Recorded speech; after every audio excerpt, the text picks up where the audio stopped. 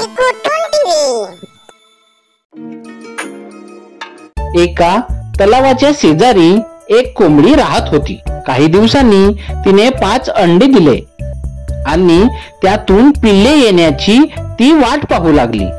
परंतु तिला चिंता वाटू लागली होती की अंड्यातून पिल्ले आली तर आपण त्यांना चारा कुठून देणार। म्हणून कोंबडी अंड्यांना म्हणाली, माझ्या प्रिय बाळांनो, काही दिवसातच तुमचे आगमन होणार आहे, म्हणून मी तुमच्यासाठी चारा आणायला जात आहे। मी तुमच्यासाठी चारा जमा करून ठेवणार, म्हणजे तुम्ही बाहेर आलेत तर मी पूर्ण वेळ तुमच्या सोबत राहू शकेन आणि तुम्हाला पोटभर चारा देऊ शकेन। असे म्हणून कोंबडीने आपले अंडे झाकून ठेवले व ती चारा आणायला निघाली। असे करता करता कोंबडीने खूप चारा गोळा केला। एके दिवशी कोंबडी चारा घेऊन येत असताना तिच्या घरट्याकडे एक साप जाताना दिसला। ती तशीच लगबगीने आपल्या घरट्याकडे निघाली तर साप कोंबडीच्या घरट्यात घुसून अंडा खाणार। तशीच कोंबडीने सापावर झडप घेतली आणि आपल्या चोचीने मारून सापाला सडो की पडो करून सोडले। साप गोंधळून गेला आणि पळायला लागला। तेव्हा कोंबडी सापाला म्हणाली, खबरदार, जर पुन्हा इकडे आलास तर गाठ माझ्याशी आहे। दुसऱ्यांचे अंडे खायला तुला लाज कशी नाही वाटत? असे म्हणून कोंबडी सापाच्या मागे धावायला लागली। तसाच साप पडता पडता म्हणाला, कोंबडी बाई, एकदाचे माफ कर, पुन्हा नाही येणार इकडे। असे म्हणून साप जीवाच्या आकांताने लांब पळाला। कोंबडी आपल्या अंड्याजवळ आली। तिला खूप मोठा धक्का बसला होता।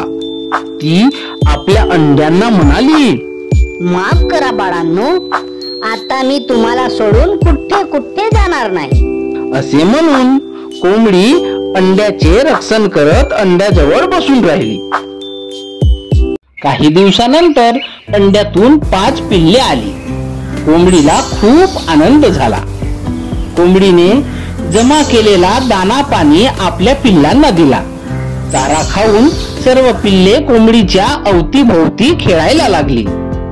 हे बघून कोंबडीला खूप आनंद झाला आणि तिला काळजीही वाटू लागली की काही दिवसात जमा केलेला चारा संपणार आहे, मग मला चाऱ्यासाठी बाहेर जावे लागणार आणि तेव्हा माझ्या पिल्लांना कुणी मारून खाल्ले तर। या विचारांनी कोंबडीने ठरवले की आपण ही जागा सोडून सुरक्षित ठिकाणी जायला पाहिजे। तेव्हा ती आपल्या पिल्लांना म्हणाली, माझ्या प्रिय बाळांनो, आपण हे ठिकाण सोडून दुसरीकडे राहायला जाऊया। कशाला ग आई? इथे छान छान खेळायला मिळते, आपण इथेच राहूया ना। नाही बाळांनो, ही जागा आता आपल्यासाठी सुरक्षित राहिली नाही। मी चारा आणायला बाहेर गेले की तुमचे रक्षण कोण करणार? म्हणून आपण सुरक्षित ठिकाणी जाऊया, तिथे जवळच खूप चारा असेल। पण आई, तिकडे खेळायला मिळणार ना आम्हाला? हो माझ्या बाळांनो, तिकडे खेळायलाही मिळेल आणि खूप मज्जा पण येईल। ठीक आहे आई, चला मग आपण लवकर जाऊया। कोंबडी आणि तिचे पिल्ले गावाशेजारच्या एका लहान डोंगरावर राहायला गेले। आजूबाजूला शेत असल्यामुळे कोंबडीला मुबलक चाराही मिळणार होता आणि कसल्या प्राण्याची भीती नव्हती। तर दुसरीकडे कोंबडीच्या घरट्याच्या थोड्या अंतरावर एक मांजर आपल्या 2 पिल्लांसोबत राहत होती। मांजर आपल्यासाठी व आपल्या पिल्लांसाठी अन्नाच्या शोधात फिरायची आणि अन्न मिळाले की आपल्या पिल्लांसोबत मजेत खायची। एके दिवशी मांजर एका उंदराचा पाठलाग करता करता कोंबडीच्या घरट्याच्या शेजारी आली। मांजरीने घरट्यात डोकावून पाहिले तर एक कोंबडी आपल्या पिल्लांसोबत खेळत होती. ते पाहून मांजर म्हणाली, काय कोवडी कोवडी पिल्ले आहेत, यांना खायला खूप मजा येईल. असे म्हणून मांजर आपल्या घराकडे परत आली. एके दिवशी कोंबडी चारा आणण्यासाठी शेतावर गेली. तिचे पिल्ले घरट्यात खेळत होती. तर दुसरीकडे 2 दिवसापासून मांजरीच्या पिल्लांना काहीच खायला मिळाले नसल्यामुळे ते खूप ओरडत होते. आपल्या पिल्लांचे असे ओरडणे मांजरीला असह्य होत होते. तिने मनात एक विचार केला आणि ती घराबाहेर निघाली. मांजर कोंबडीच्या घरट्याजवळ आली आणि घरट्यात डोकावून पाहिले तर 5 पिल्ले खेळत होती. मांजरीने विचार केला, यातील एका पिल्लाला मारले तर माझ्या पिल्लांचा पोट भरेल आणि मलाही काही खायला मिळेल. माझ्या पोटात भुकेने नुसती आग होत आहे. असे म्हणून मांजर कोंबडीच्या घरट्या शेजारी लपून बसली. कोंबडीची पिल्ले खेळत होती. खेळता खेळता एक पिल्ला घरट्याच्या बाहेर आला. तसेच मांजरीने त्याच्यावर झडप घालून त्याला मारून टाकले व पिल्लाला घेऊन आपल्या घराकडे निघाली. दुसरीकडे कोंबडीचे पिल्ले खेळण्यात गुंग असल्यामुळे त्यांच्यात त्यांचा एक भाऊ नाही हे त्यांना लक्षातच आले नाही. ते तसेच खेळत राहिले. काही वेळाने आपल्या घरट्यात कोंबडी आली. आपल्या आईला आलेले पाहून सर्व पिल्ले गोळा झाली, परंतु त्यात एक पिल्ला कमी होता. कोंबडी खूप घाबरली. तिने आपल्या पिल्लाचा इकडे तिकडे खूप शोध घेतला, परंतु पिल्लाचा काही शोध लागला नाही. तेव्हा कोंबडी खूप निराश झाली. ती रडू लागली आणि म्हणाली, कुठे गेला असेल माझा पिल्लू? कुणी खाल्ले तर नसेल ना? आता कुठे शोधू मी त्याला? आईचे असे रडणे पाहून पिल्लेही दुखी झाली होती. तेवढ्यात तिथे एक नील नावाचा पक्षी आला आणि म्हणाला, कोंबडीबाई, असे रडून तुझा पिल्ला थोडी येणार आहे तुझ्याजवळ. त्यावर कोंबडी म्हणाली, रडू नको तर काय करू नील दादा? मी माझ्या पिल्लाचा खूप शोध घेतला, पण तो कुठेच दिसत नाही आहे. कसा दिसेल तुझा पिल्लू? आता तो कधीच दिसणार नाही, कारण त्या पिल्लाला मांजरीने मारून आपल्या घराकडे नेले आणि आपल्या उपाशी पिल्लांना खायला दिले. काय? आता कोंबडीच्या डोळ्यात राग होता. पण नील दादा, असे कुणी करते का हो? आपल्या पिल्लाच्या भुकेसाठी कुणी दुसऱ्याच्या पिल्लाला बसे मारत असते का? नाही, हे खूप मोठे पाप आहे. यासाठी मांजरीला शिक्षा झालीच पाहिजे. तिला अद्दल घडवायलाच पाहिजे. हो नील दादा, त्यासाठी आपल्याला काय करावे लागेल ते सांगा. नीलने कोंबडीला एक योजना सांगितली व तो उडून गेला. कोंबडी बिचारी दुःखी होऊन आपल्या बाळांना जवळ घेऊन रडू लागली. दुसऱ्या दिवशी कोंबडी कुणाला काही न सांगता मांजरीच्या घराकडे निघाली. कोंबडीच्या डोळ्यात राग दिसत होता. तिला आपल्या पिल्लाचा बदला घ्यायचा होता.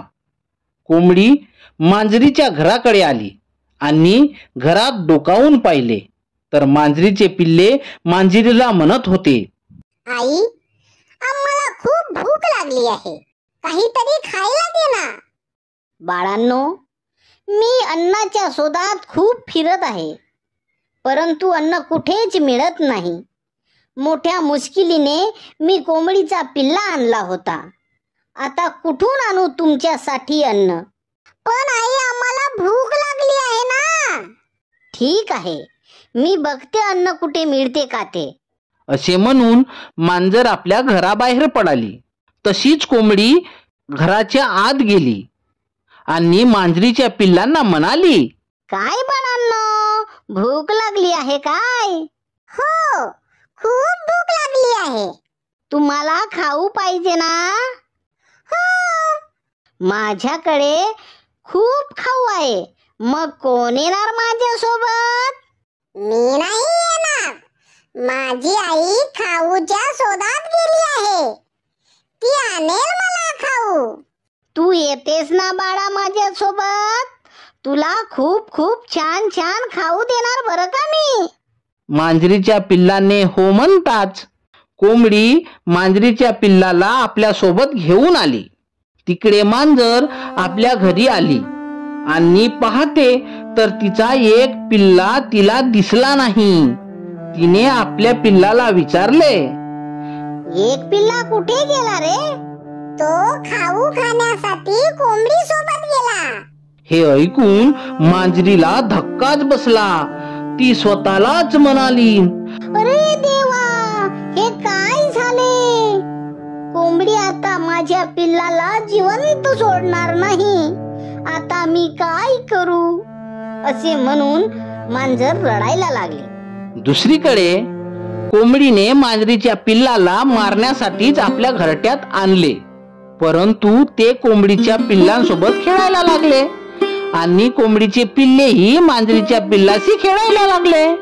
हे पाहून कोंबडीचा पूर्ण राग मावळला. तिने ठरवले की आपण मांजरीच्या पिल्लाला मारायचे नाही. कोंबडीने मांजरीच्या पिल्लाला खाऊ दिले व तो पिल्लू कोंबडीच्या पिल्लांसोबत खेळायला लागला. तेवढ्यात मांजर रडत रडत कोंबडीच्या घरट्याजवळ आली. तसेच कोंबडी घरट्याच्या बाहेर आली आणि मांजरीला म्हणाली, कशाला आलीस तू इकडे? काय काम आहे तुझे? कोंबडी बाई, माझा पिल्लू दिसला का? कुठे आहे माझा पिल्लू? तुझा पिल्ला माझ्याकडे नाही आहे आणि मला नाही माहित तुझा पिल्लू कुठे आहे. तर मला नाही दिसला. मला खूप पश्चाताप होत आहे. मी माझ्या बाळाला गमावून खूप दुःखी झाली आहे. आता कळले का तुला? एखाद्या आईचा बाळ दिसेनासा झाला की काय अवस्था होते त्या आईची. माझ्या पिल्लाला खाताना तुला काहीच कसे वाटले नाही? तू पण पिल्लाची आई आहेस ना? मांजर काही न बोलता तशीच रडत राहिली. कोंबडी आपल्या घरट्यात गेली आणि तिने मांजराच्या पिल्लाला बाहेर आणले. आपल्या पिल्लाला पाहून मांजर सुकावली. तिचा आनंद गगनात मावेनासा झाला होता. तशीच कोंबडी म्हणाली, मीही तुझ्या मुलाला मारू शकले असते, परंतु माझ्यातल्या आईने मला तसे करण्यापासून रोखले. माझ्या पिल्लासाठी मी तुझ्या पिल्लाला नाही मारू शकले. फक्त तुला अद्दल घडवायचे होते म्हणून मी असे केले. कोंबडी बाई, खरंच तू खूप महान आहेस. मला माफ कर. ह्यानंतर मी असे पाप कधीच करणार नाही. आपल्या दुःखातही दुसऱ्याला माफ करण्याची तुझी शिकवण मी नेहमी लक्षात ठेवेन. असे म्हणून मांजरीने आपल्या पिल्लाला जवळ घेतले. मंडळी, आवडली ना गोष्ट? अशाच नवनवीन गोष्टीसाठी आमच्या चॅनलला सबस्क्राईब करून आम्हाला सहकार्य करा व आमचा उत्साह वाढवा. धन्यवाद.